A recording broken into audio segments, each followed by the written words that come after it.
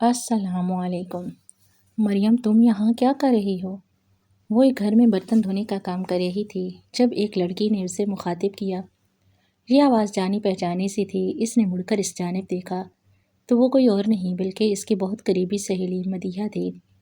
وہ جلدی سے اٹھ کر اس کے سینے سے لگتی ہوئی پھوٹ پھوٹ کر رو دی۔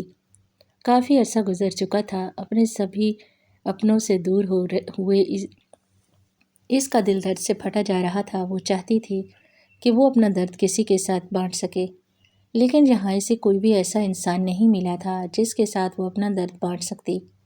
اس کا 1.5 سال کا معصوم سا بچہ اس کے ساتھ بیٹھا کھیل رہا تھا۔ مدیحہ نے اسے اپنے سینے سے لگایا اور اس کے رونے پر حیران ہوئی۔ کافی دیر وہ اس کے سینے سے لگی روتی رہی اور پھر اس کے بعد اس نے اسے کہا، میں کام کر لوں پھر میں تم سے بات کرتی ہوں۔ کام کرنے کے بعد وہ اس کے ساتھ بیٹھ گئی اور اسے اپنے آپ پر بیتنے والی ساری کتھا کہہ سنائی۔ اس نے کہا، میرے شوہر کو فوت ہوئے ابھی کچھ مہینے ہوئے ہیں اور میں یہاں پر کام کرنے کے لیے آئی ہوں۔ مجھے یہاں پر برتن دھونے کا کام مل گیا ہے تو میں اپنے بچے کو ساتھ لیے یہاں پر آ جاتی ہوں، برتن دھو دیتی ہوں۔ اس کے بدلے میں مجھے جو پیسے ملتے ہیں ان سے میں اپنے بچے کے دودھ وغیرہ کا خرچہ نکال لیتی ہوں۔ یہیں پاس ہی ایک جھونپڑی ہے، اس جھونپڑی میں میں رہتی ہوں۔ مدیحہ نے اس کی بات سنی تو وہ اسے حیرت سے اس کی جانب دیکھنے لگی، لیکن اب کیا ہو سکتا تھا؟ مدیحہ نے اسے دلاسا دیا اور اسے کہا کہ تم فکر مت کرو، تمہیں یہ کام کرنے کی ضرورت نہیں ہے، بلکہ تم ایسا کرو کہ میرے ساتھ آ جاؤ، میرے ساتھ والا ہی گھر ہے اور تمہارے روزگار کے لیے میں کچھ کر دیتی ہوں۔ اس نے یہ بات سنی تو اس کی آنکھیں چمک اٹھی تھیں، لیکن اس کے ساتھ ہی مدیحہ اس کے خاندان والوں کا پوچھنا نہ بھولی تھی۔ اس نے اس کی بات کو ٹال مٹول کر دیا اور پھر یہی کہنے لگی کہ مجھے بس کہیں پر اگر اچھی سی نوکری مل جاتی ہے تو میں وہ کرنے کے لیے تیار ہوں۔ مدیحہ سے اپنے ساتھ لیے اپنے گھر آئی۔ وہ مدیحہ کا گھر دیکھ کر بہت حیران ہوئی۔ بھلے ہی یہ گھر 2 کمروں پر محیط تھا، لیکن پھر بھی یہ گھر نہایت ہی خوبصورت تھا، کافی پرسکون بھی تھا، جسے بڑی نفاست سے سجایا گیا تھا۔ اس کا بھی ایک 6 ماہ کا بچہ تھا جسے اس نے گود میں اٹھایا ہوا تھا۔ اسے گھر میں لانے اور ٹھنڈا پانی پلانے کے بعد وہ اسے اپنے ساتھ لیے اس فیکٹری میں آ گئی جہاں پر ان کے علاقے کی کافی عورتیں کام کر رہی تھیں۔ مدیحہ اسے راستے میں بتاتی گئی تھی کہ کس طریقے سے وہاں پر عورتیں کام کرتی ہیں۔ یہ فیکٹری ایک نمکوں اور مسالہ جات کی فیکٹری تھی جہاں پر نمکوں اور ہر قسم کے مسالہ جات بنائے جاتے۔ کچھ چیزیں تو مشینوں میں بنتی مگر کچھ چیزیں عورتیں ہاتھوں سے بناتی تھیں۔ چاروں طرف مصالحوں کی خوشبو تھی۔ وہ اسے فیکٹری میں لائی تو وہ یہاں پر یہ سب کچھ دیکھ کر حیران رہ گئی کہ یہاں پر سبھی کام کرنے والی عورتیں تھیں۔ اس نے یہاں کے ایک سینئر سے بات کی اور کہا کہ یہ میری دوست ہے، اس کا کمانے والا کوئی نہیں ہے اور اسے آپ کی کمپنی میں کام کرنا ہے۔ آپ مہربانی کریں اسے بھی اپنی کمپنی میں ایک جگہ دے دیں، یہ بہت اچھے طریقے سے کام کرے گی، میں اس کی گارنٹی دیتی ہوں۔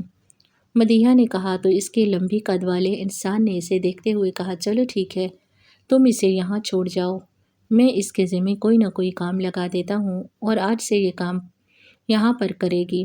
ویسے بھی ہماری یہ فیکٹری انہی عورتوں کے لیے بنی ہوئی ہے جو عورتیں بے سہارا ہوں اور ان کا کمانے والا کوئی نہ ہو۔ ہم انہی عورتوں کو یہاں پر روزگار دیتے ہیں اور اگر اس میں ہنر ہے تو مزید یہ ہنر نکھر کر سامنے آئے گا۔ اس شخص کی اس بات سے وہ متاثر ہوئے بغیر نہ رہ سکی۔ خیر یہ بات بہت اسے اچھی لگی کہ اسے خوشی تھی کہ اس کی یہاں پر نوکری لگ گئی تھی۔ اسے اور کیا چاہیے تھا، ورنہ لوگوں کے گھروں میں برتن دھونے پر اسے بہت ساری باتیں بھی سننی پڑتی تھیں، اس لیے وہ یہاں فیکٹری میں کام کرنے پر راضی ہو گئی تھی۔ اس نے مدیحہ کا شکریہ ادا کیا۔ مدیحہ مسکراتے ہوئے اسے یہاں پر بٹھا کر چلی گئی۔ اس شخص نے اسے اپنے ساتھ کام پر رکھ لیا اور پھر وہ دوسری عورتوں کے ساتھ کام سیکھنے میں لگ گئی۔ 2 ہی دنوں میں سارا کام سیکھ گئی، مشین سے بھی اور ہاتھ سے بھی مسالہ بنانے میں وہ ماہر ہو گئی، ساتھ ہی ساتھ نمکوں پیک کرنا بھی آ گیا تھا۔ فیکٹری میں کافی ساری عورتوں کے ساتھ مل کر کام کرنا بھی اسے بہت اچھا لگ رہا تھا۔ اس کا 1.5 سال کا معصوم سا بچہ سارا دن سویا رہتا اور جب وہ اٹھتا تو وہ اسے فیڈر پلا دیتی اور ایک بار پھر سے وہ بچہ سو جاتا یا پھر اس کے کھلونے ساتھ لاتی اور وہ کھلونوں کے ساتھ کھیلتا رہتا۔ وہ بہت خوش تھی، اسے یہاں پر کام کرتے ہوئے 2 مہینے ہو چکے تھے۔ ان 2 مہینوں میں یہاں کے مینیجر نے ایک بار بھی چکر نہ لگایا، لیکن اس بار اس مہینے کی 5 تاریخ کو سب عہدیداران میں سے بڑے عہدیدار نے یہی کہا، آپ سب لوگ تیار ہو جائیے، اپنا کام بہت اچھے سے کیجیے، کیونکہ آج ہمارے مینیجر یہاں پر کام دیکھنے کے لیے دورے پر آ رہے ہیں اور وہ انہی ورکر کو اپنے ساتھ رکھتے ہیں جنہیں وہ محنتی پاتے ہیں۔ اس لیے سب لوگ بڑی محنت سے کام کریں اور اپنا کام جاری رکھیں۔ وہ یہ بات سن کر تھوڑا سا گھبرا گئی، لیکن پھر اپنا کام جاری رکھا کیونکہ اس کا کام نہایت نفیس اور خوبصورت تھا۔ اسے اس بات پر یقین تھا کہ وہ ضرور اس کے کام کو پسند کریں گے، اور اس کے ساتھ شاید وہ اس بات پر بھی اسے داد دیں کہ وہ اپنے چھوٹے بچے کو بھی ساتھ لاتی ہے، اور اپنے اس بچے کے ساتھ لانے کے باوجود بھی وہ اپنا کام کرتی ہے، تو شاید اس لیے مینیجر اس سے خوش ہو جائے اور اس پر کام پر رکھ لے اور اسے نہ نکالے۔ اس بات کو سوچتے ہوئے وہ خوش ہو گئی اور اپنے آپ کو مطمئن کر لیا۔ صبح ساری ہلچل مچ گئی اور سبھی لوگ اپنے اپنے کام میں لگ گئے۔ وہ اس وقت چیزوں کو پیک کرنے کا کام کر رہی تھی جب اس کا بچہ اٹھا۔ اس نے جلدی سے اس کو فیڈر پلائی اور پھر اس کے ہاتھ میں کھلونے دے کر اسے ایک کونے میں کھیلنے کے لیے بٹھا دیا۔ ایک بار پھر سے اپنی چیزیں پیک کرنے لگ گئی۔ یہ چیزیں بچوں کے پاپڑ اور مرچ مسالے وغیرہ ہوا کرتے تھے، جنہیں پیک کرنے کا کام ان عورتوں کا ہوا کرتا تھا۔ چنانچہ وہ اپنے کام میں مصروف ہو گئی، تبھی اطلاع ملی کہ مینیجر صاحب فیکٹری میں آ چکے ہیں اور وہ فیکٹری کا دورہ کر رہے ہیں، کسی بھی وقت وہ ہمارے پاس پہنچ سکتے ہیں۔ وہ بڑے ہی آرام سے اپنا کام کر رہی تھی کہ اچانک ہی سے کچھ بحث کی آواز سنائی دی۔ وہ جلدی سے اٹھ کر اس طرف آئی جس طرف سے آواز تھی، اس طرف ہی اس کا بیٹا کھیل رہا تھا۔ اس نے دیکھا مینیجر صاحب بڑے ہی غصے کے ساتھ کہہ رہے تھے کہ یہ کس کا بچہ ہے؟ جس کا بچہ ہے اسے کہو کہ اٹھا کر یہاں سے لے جائے، اور یہاں پر بچوں والی ماؤں کا کام کرنا بالکل ممنوع ہے، کیونکہ یہ بچے کام میں خلل ڈالتے ہیں اور چیزوں کو ہاتھ لگاتے ہیں اور نقصان کر ڈالتے ہیں۔ اٹھاؤ اسے، کس کا بچہ ہے؟ وہ جلدی سے بھاگتی ہوئی آئی، بغیر مینیجر کے چہرے کو دیکھتے اس نے جلدی سے نیچے جھک کر اپنا بیٹا اٹھایا، اور پھر جو ہی اٹھی تو اس کی نظر سامنے کھڑے مینیجر پر پڑی۔ اس کے تو پیروں تلے سے زمین نکل گئی تھی، حیرتوں کے پہاڑ اس پر ٹوٹنے لگے تھے۔ اسے یوں لگا جیسے جہاں سے وہ چلی تھی وہیں آ کر کھڑی ہو گئی ہے۔ ماضی نے اس کا پیچھا نہ چھوڑا۔ مریم ایک متوسط گھرانے سے تھی جس میں بچیوں کی پڑھائی پر تو بالکل پابندی نہیں ہوتی۔ والدین اپنی بچیوں کو پڑھاتے لکھاتے ہیں بغیر کوئی اعتراض کیے، لیکن ان بچیوں کی شادی کرتے وقت یہ نہیں سوچتے کہ وہ اس بارے میں خوش ہیں یا نہیں۔ یہاں بھی کچھ ایسا ہی رواج تھا۔ مریم اپنے والدین کی تیسری اولاد تھی۔ اس کے بڑے 2 بھائی تھے اور تیسرے نمبر پر اکلوتی بہن تھی۔ ماں باپ کو بہت عزیز تھی، بچپن سے ہی خوش اخلاق تھی، خوبصورت انتہا کی تھی، جو بھی دیکھتا منٹوں میں ہی اس کا دیوانہ ہو جاتا۔ بچپن سے ہی وہ ہر کسی کا دل موہ لیتی تھی۔ بڑی ہوئی تو اس کی خوبصورتی مزید نکھر گئی۔ اس کی بڑی بڑی گول گول آنکھیں اور کالی آنکھوں کے ساتھ ہی اس کی بڑی بڑی گھنی کالی پلکیں۔ اگر وہ اپنی آنکھوں کو مٹکاتی تو اس کی پلکیں اٹھ کر بھوؤں کو چھونے لگتیں، اور اگر وہ اپنی آنکھیں نیچے کرتی تو گالوں تک آ جاتیں۔ اتنی گہری گھنی اور خوبصورت پلکیں شاید ہی کسی لڑکی کی ہوں۔ وہ بہت خوش تھی، زندگی کی الجھنوں سے آزاد۔ وہ بس اپنی پڑھائی پر توجہ دینے والی معصوم سی لڑکی تھی۔ 10ویں کے بعد اس نے FSC کیا اور پھر FSC کرنے کے بعد اس نے یونیورسٹی میں داخلہ لیا۔ یونیورسٹی میں داخلے پر خاندان کے کئی لوگوں کی باتیں سننا پڑیں، بہت سے لوگوں کی تاکید کا سامنا کرنا پڑا، لیکن اسے شوق تھا اور اس نے اپنا شوق پورا کرنا تھا۔ یونیورسٹی میں اس نے BSc کا ایڈمیشن لیا اور پہلے سیمسٹر میں ہی اس کی ملاقات فاران سے ہوئی۔ فاران ایک نہایت ہی اونچے گھرانے سے تعلق رکھتا تھا، خوبصورت بھی تھا اور ہنس مکھ بھی تھا، لیکن وہ اس یونیورسٹی کا سب سے جانا مانا گنڈا مانا جاتا تھا۔ سبھی کا یہی ماننا تھا کہ وہ اپنے والدین کی دولت پر عیش کرنے والا ایک بگڑا ہوا امیر زادہ ہے۔ اس کی خوبصورتی کی قائل یونیورسٹی کی سبھی لڑکیاں تھیں اور سبھی اس کے پیچھے بھاگا کرتی تھیں، لیکن اس نے آج تک کسی کو بھاؤ نہیں دیا تھا۔ اس کا فن بس یہی تھا کہ وہ لوگوں کو ڈراتا دھمکاتا۔ یونیورسٹی میں نئے آنے والے لوگوں کے لیے تو وہ مکمل طور پر جلاد بنا ہوا ہوتا۔ اس کے ساتھ اس کے طرح کے کئی لڑکے لڑکیاں بھی تھیں۔ مریم نے یونیورسٹی میں داخلہ لیا۔ پہلے پہلے اسے بھی لوگوں نے بہت تنگ کیا۔ یہ بڑی معصوم سی لڑکی تھی جس نے آج تک ایسے لوگوں کو اپنی زندگی میں نہیں دیکھا تھا۔ ایسے لوگوں کے ساتھ ملنا پہلی بار اس کے لیے اتفاق ہوا۔ اکثر تو وہ جہاں جاتی سب سے پہلے اس کے دوست بن جاتے۔ اب تو یہ ایک لڑکے لڑکیوں کا ایک ایسا گروپ تھا جس نے اسے بہت تنگ کیا تھا۔ اس نے لوگوں سے سیشن نمبروں کے متعلق پوچھا تو انہوں نے اسے سیشن نمبر 5 کی طرف بھیج دیا اور وہاں جا کر اسے کچھ سمجھ ہی نہیں آ رہا تھا۔ آخر کار ایک لیکچرار کی ڈانٹ پر اسے ایک سینئر اسٹوڈنٹ نے اس کے سیشن تک پہنچایا تھا۔ اس کے ساتھ ساتھ مزید بھی ایسے حادثات ہوتے رہے، لیکن عجیب بات یہ تھی کہ وہ اس بدمعاش گروپ کے سینئر کو پسند آ گئی تھی اور وہ اس کے ساتھ شرارتیں کرتے کرتے نہ جانے کب اسے پسند کرنے لگا، یہ تو وہ خود بھی نہیں جانتا تھا۔ آخر کار جب وہ دوسرے سیمسٹر میں پہنچی تو فاران نے اس کے سامنے اپنی محبت کا دعویٰ کر دیا، لیکن یہ بات سن کر وہ حیرت میں مبتلا ہو گئی اور اس شخص کو وہ بالکل بھی پسند نہیں کرتی تھی۔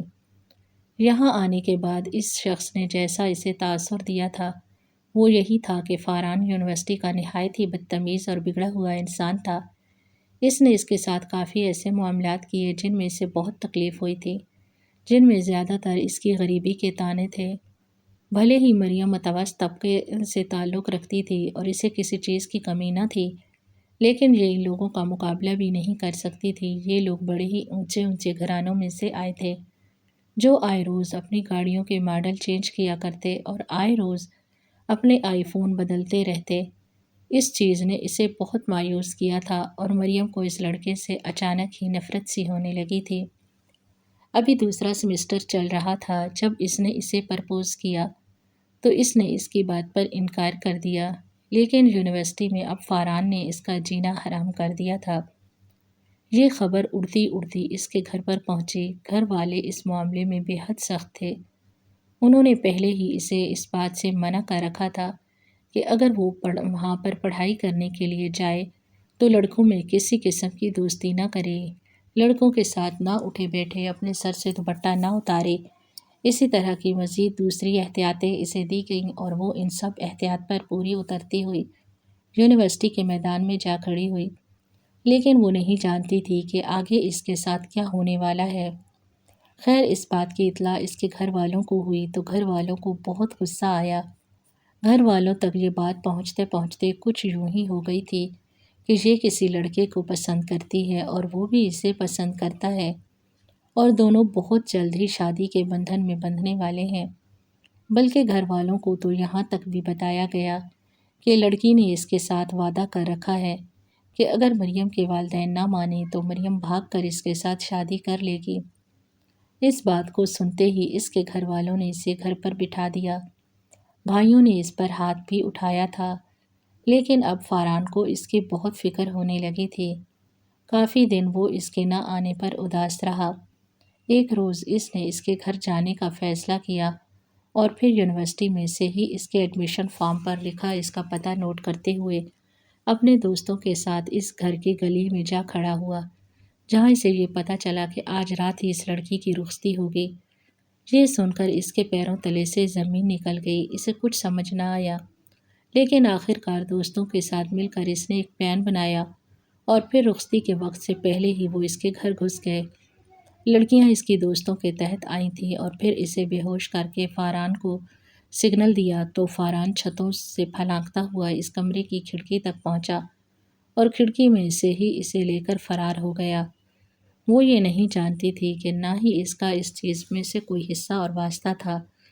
وہ اپنے والدین کو اس بات کے لیے منع کرتی رہ گئی تھی کہ وہ اس کی شادی نہ کریں بلکہ اسے پڑھنے دیں اور اس میں اس کی کوئی مرضی شامل نہیں ہے۔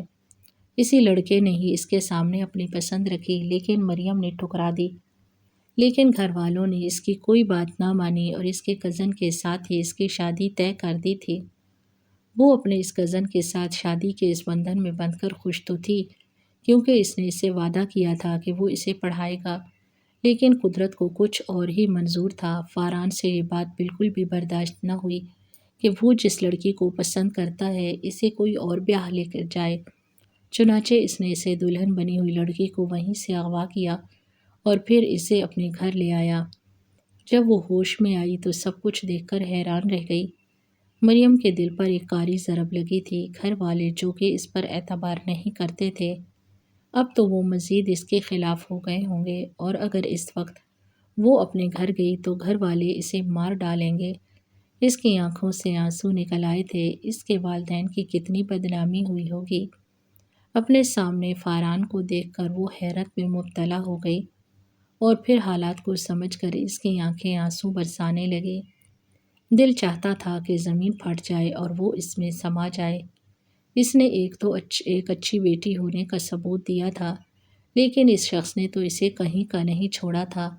اس کے والدین کہیں منہ دکھانے کے قابل نہیں رہے ہوں گے۔ اس کے وہ بھائی جو اس سے بے پناہ محبت کرتے تھے، وہ اپنے دوستوں میں سر اٹھانے لائق نہیں رہے ہوں گے۔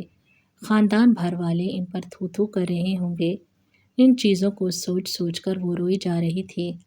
فاران نے زبردستی اس کے ساتھ نکاح کر لیا۔ وہ اس نکاح پر راضی نہ تھی۔ اس کے ساتھ کافی لڑتی جھگڑتی رہی کہ وہ نکاح نہیں کرے گی، لیکن فاران ایک قسم کا ضدی انسان تھا۔ ضد اس کے آگے اس کی کسی کی نہ چلتی تھی۔ کافی عرصہ وہ اسے اپنے پاس اسی خفیہ گھر میں رکھے رہا۔ پھر اس کے بعد وہ اسے اپنے گھر لے آیا اور اپنے گھر والوں سے اسے ملا دیا۔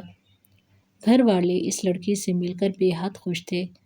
فاران کے گھر میں سبھی لوگ مریم کی عزت کرتے اور مریم سے محبت سے پیش آتے۔ ان کا کہنا تھا کہ وہ اس سوچ کے انسان نہیں جو بچوں کو پسند کی شادی پر پابندی لگاتے ہیں، بلکہ انہیں تو خوشی ہوئی تھی کہ ان کے بیٹے نے اپنے پسند سے شادی کر لی تھی، اور اس کی پسند بے حد حسین تھی۔ اس نے بھی اب اپنی قسمت کو قبول کر لیا تھا، لیکن جب اس نے آزاد چھوڑا تو اسے ایک دم پھر سے اس لڑکے سے نفرت محسوس ہونے لگی۔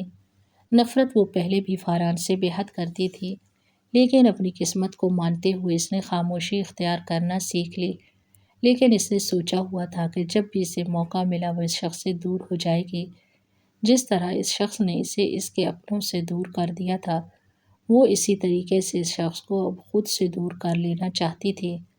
لیکن قسمت نے ایک بار پھر سے پلٹا کھایا۔ وہ 6 مہینے پہلے ہی امید سے ہو گئی تھی، اور اب وہ اس کے پیٹ میں 6 ماہ کا بچہ پل رہا تھا۔ وقت کیسے گزر چکا تھا کچھ پتہ ہی نہ چلا، اور فاران نے جب دیکھا کہ اب وہ اس کے بچے کی ماں بننے والی ہے اور وہ بھاگنے کا تصور نہیں کر سکے گی، تبھی وہ اسے اپنے گھر لایا۔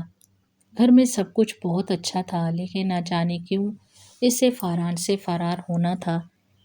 اس نے موقع پاتے ہی گھر سے بھاگنا مناسب سمجھا اور پھر ایک کچی آبادیوں کی طرف آ گئی۔ 3 مہینے گزرنے کے بعد اس کچی آبادی کی ایک چھوٹی سی جھونپڑی میں اس نے اپنے بچے کو جنم دیا۔ پھر وہیں جھونپڑیوں کے ساتھ ہی ایک بڑی کالونی میں واقع اس کالونی کے کچھ گھروں میں اس نے کام کرنا شروع کر دیا۔ تقریباً 1.5 سال تک وہ یہی کام کرتی رہی، لیکن اس نے یہاں پر آ کر سبھی کو یہی بتایا کہ اس کا شوہر اب اس دنیا میں نہیں ہے۔ لوگوں نے اس پر ترس کھا کر اسے یہاں پر رکھ لیا تھا۔ جب وہ کام کرنے کے لیے لوگوں کے گھروں میں جاتی اور دیر سویر ہو جاتی تو اسے لوگوں کے طعنے بھی سننے پڑتے۔ آج بھی وہ ایسے ہی ایک گھر میں کام کر رہی تھی۔ بچہ 1.5 سال کا ہو چکا تھا۔ اس کالونی کے سبھی لوگ اور اس کی کچی آبادی کے سبھی لوگ، جھونپڑیوں والے، سارے یہی جانتے تھے کہ اس کا شوہر شادی کے کچھ مہینے بعد ہی اللہ کو رخصت ہو گیا تھا، اور اس کے بعد اس لڑکی نے اپنا گزارا بڑی مشکل سے کیا۔ اس کے آگے پیچھے کوئی نہیں تھا، والدین بھی نہیں تھے، اس وجہ سے اکیلی زندگی گزارنے پر مجبور تھی۔ اس روز بھی وہ ایک بڑے گھر میں کام کرنے میں مصروف تھی۔ تبھی اسے اپنی دوست مدیحہ ملی اور پھر مدیحہ اسے اپنے ساتھ لے گئی۔ اپنے گھر آئی، پھر اسے پیکنگ والی فیکٹری میں کام دلوا دیا، جہاں پر وہ اپنے بچے سمیت آئی تھی اور بہت اچھے سے کام کرتی۔ آج منیجر جو کہ دورے پر آیا تھا، اس کے بچے کو دیکھ کر واویلا مچانے لگا۔ اس نے جلدی سے آ کر اپنے بچے کو اٹھایا اور جو ہی اوپر دیکھا تو وہ حیران رہ گئی۔ اس کے قدموں تلے سے زمین نکل گئی تھی۔ یہ تو وہی شخص تھا، اس کا شوہر فاران۔ 2 سال بعد اسے مل چکا تھا اور اسے یوں لگا جیسے وہ جہاں سے چلی تھی وہیں پر آ کر کھڑی ہو گئی تھی۔ فاران بھی اسے دیکھ کر ہکا بکا تھا۔ فاران کی آنکھیں پوری کی پوری کھل چکی تھیں۔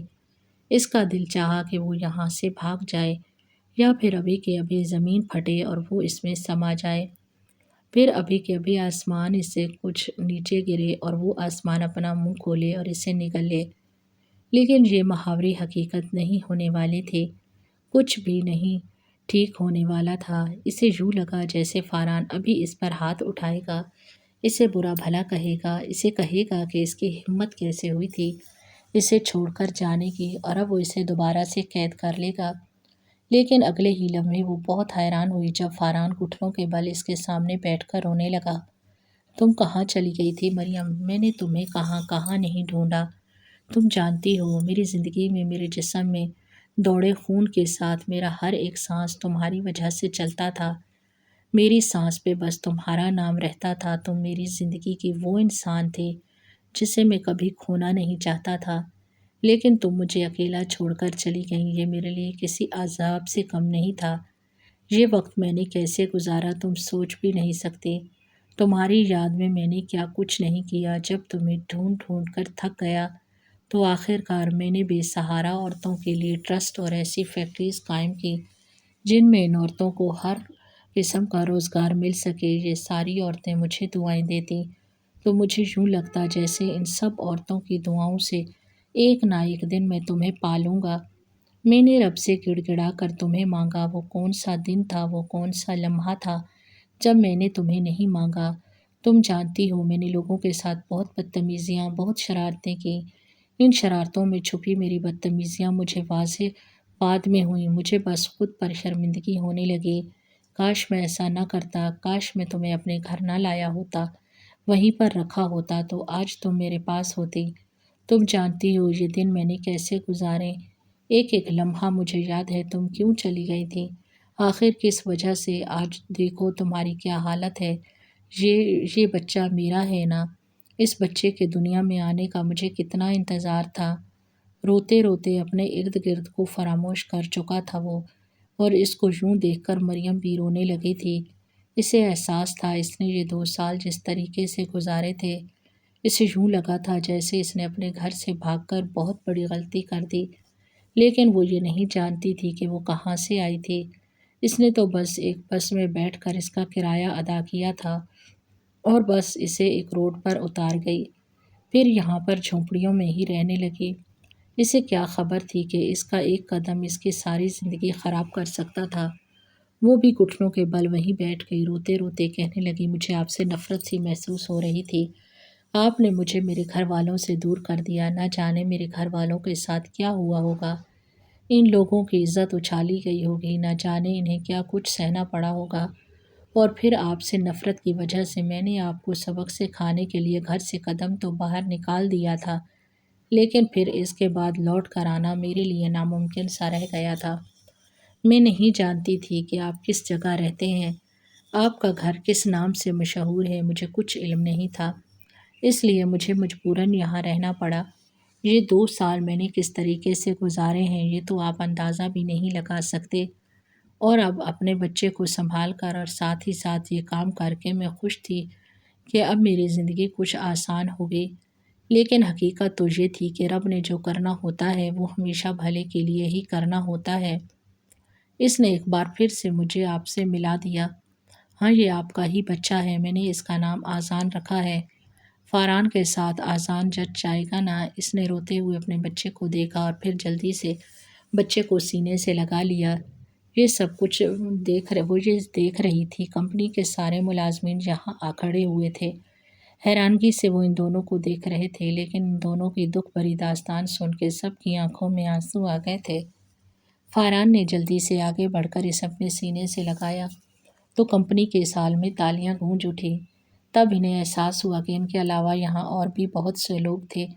انہوں نے دیکھا تو سبھی لوگ خوشیاں منا رہے تھے، کیونکہ آج سے پہلے جب بھی فاران یہاں آیا تھا ہمیشہ ہی بہت دکھی دکھائی دیا تھا۔ نہ کبھی اس نے بات کی اور نہ ہی کبھی کسی کو اپنے بارے میں کچھ بتایا تھا۔ بہرحال مسکراتے ہوئے اٹھا اور مریم کو اپنے سینے سے لگا لیا۔